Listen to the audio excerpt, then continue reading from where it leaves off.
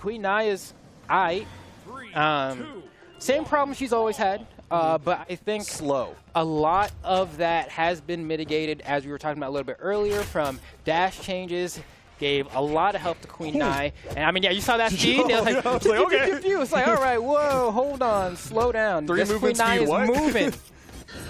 moving. But the moment she gets off stage, I think we're all going to see where the issues lie. Yeah, does not have nearly the same aerial drift. Is going to be one of the biggest problems. Look at that. Looks like a rock falling in the sky. Already starting to pick it apart. But Akuma getting back down towards the stage, going to back up over to the spear, starting to use those spear sigs.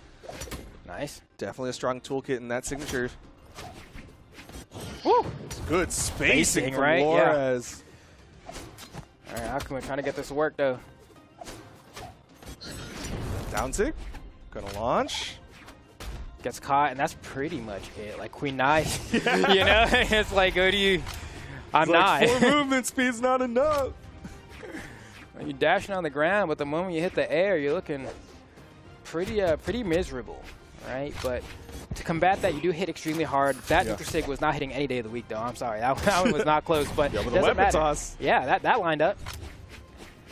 All right, definitely going to be looking for the grounded game coming out from Akuma here, as has the Katars in hand against Laura. Is going to just be denying weapons. Goes a little far with that dash jump there, though. Yeah, one of the cool things I remember seeing is like it was a little video, I think, by Koslix that he posted on Twitter that was kind of showing the comparison between like just dashing across the stage versus doing these dash landings. And the dash landings are considerably faster, and so Queen Nai getting that is pretty sick. But how much of a difference is it really making? I don't feel like Akuma is like really finding more openings. Ooh, yeah, caught the landing. Yeah, I mean, at the end of the day, like, it's Brawlhalla. You have a lot of jumps, and 9 times out of 10, you're going to end up in the air at some point in the game, right? Like, so even if you have like this dash landing, it's mostly just helpful and neutral more than anything else.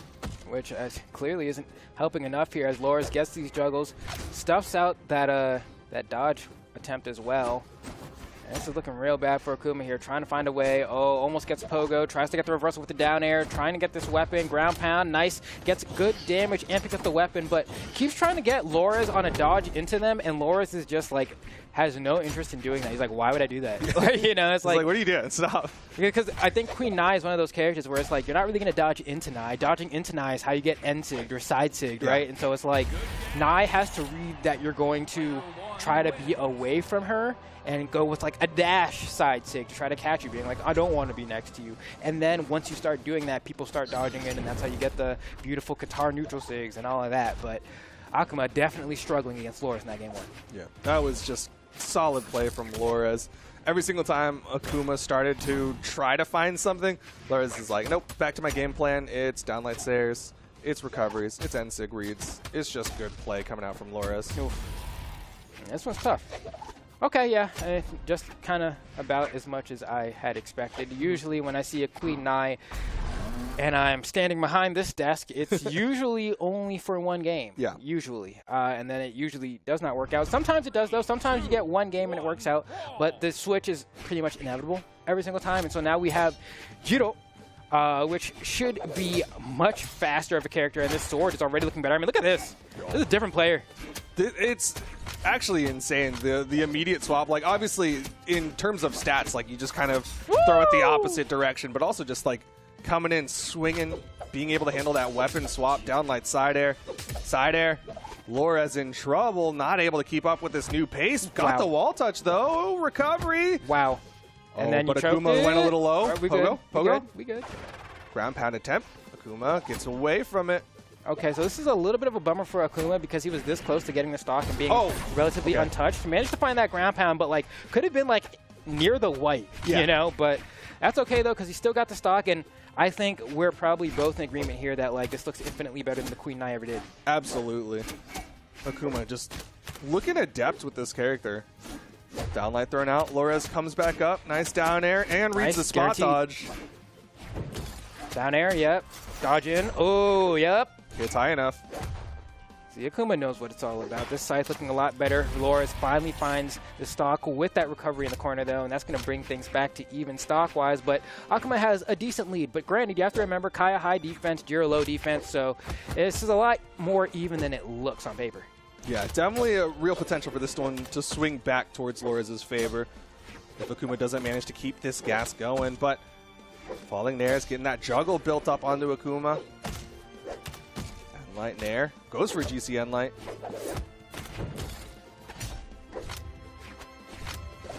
Okay. Trying to catch the landing there. Akuma making it difficult. Manages to get the dash through, turnaround D-Light, go for the recovery, and get a KO off the top. And one thing people always forget is that, like, Jiro hits like a truck. Yeah. Nice turnaround from Lores, though. The moment Akuma finds that stock, Lores comes back and immediately returns with a stock of their own. And so now we have a tie battle. Small Brawlhalla, Jiro can KO relatively early here. Nice. Right. Oh, but Lores just immediately swinging back with that recovery. Side Light and Light catches that movement in. And Akuma getting caught a lot on the counter punches here. Needs to be careful. Burn the dodge for that. Oh my, yo, Kagama shit. No dude. The shadow clones out there. Stay off. Oh, It's the dare. Recovery misses as well. Lores gets past it, but didn't get up onto the stage. tries to go for it Nice. again.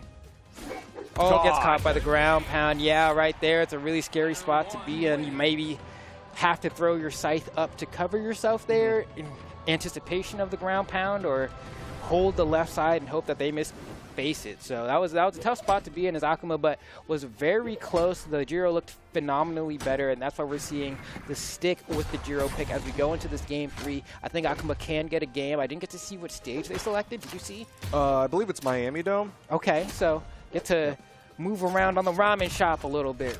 Get a taste of that, what is it, Ichiraku ramen or whatever? Yeah, get some tonkatsu. But right now, we're going into game number 3. Akuma hoping that this map is going to be the one to get him at least a game over Lores. But right now, Lores already just putting some arrows into the body of this Dualahan Jiro. Oh, nice try. Akuma clearly has the ability to just, like, snap at a moment's notice. We've seen, like, pretty weird, bizarre plays come out of him. That makes me, like, really excited to see what else. Yeah. Ooh, okay. Oh, okay. Trying Not to enough damage for that. Sticky with it. I like it, though. This is a player that I like to see a lot more of in the future. Yeah, I mean, definitely showing why they were able to make it into the top 8. Like, they've got some flashy play potential, but you're going up against Lores, who's just so good. Yeah. The Queen Nai was ambitious. The Jiro is looking a little bit more wishful, but can we make it a reality? It's really hard right now for Akuma. Just trying to get something, trying to get a turnaround. Has the scythe and Lores off stage and just can't touch him. Ground pound. Down light. Oh, wrong side. Yep. It's like, why can't he can't land the hitbox? He's trying so hard, and Lores is just like weaving in and out of the hitbox's range. Like, Akuma tried so desperately to find any opportunity to turn that offstage engagement into his favor, and like nothing. Ooh, nice. Okay. GCN Sig gets him high enough. Off the wall, what else? Can you get an edge guard though? Okay, Again, another one. it hurts. But Third this is time for Kaya the we're fans. talking about, you know? Enzig? All right, that works. Okay. Wow, Not what quite is that enough. defense? I mean, he's putting into defense stance, so that puts him at 4 strength against Kaya, which means he's struggling a little bit here on the KO potential.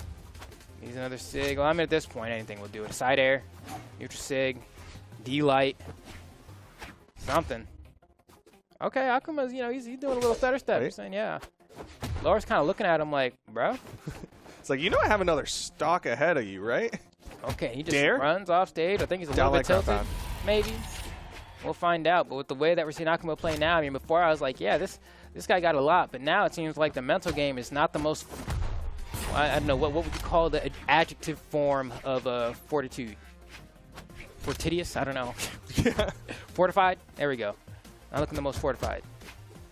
Was that like fastidious, but like... Yeah, you're going backwards, Lords. That's the wrong direction. Oh, man. Yeah, Akuma just, we'll see. Right? All right, there we go. That's starting to look a little bit more like someone who's trying to play Brawlhalla. It's like you said, it ain't over till it's over. Sometimes you gotta be a little cheeky with it, maybe show that you're mauling, Okay. but Oh, it's all that's down to the plays. But the dare puts him under the stage and Ripperoni. gone. Nice try. There you go. Lores closes it out 3-0, being the real demon against Akuma. And that means Akuma is done for the day. Lores is going to continue on in the top 8 for South America. Okay, well, it was nice to see some fresh, young buck blood in the bracket because Akuma wasn't a player that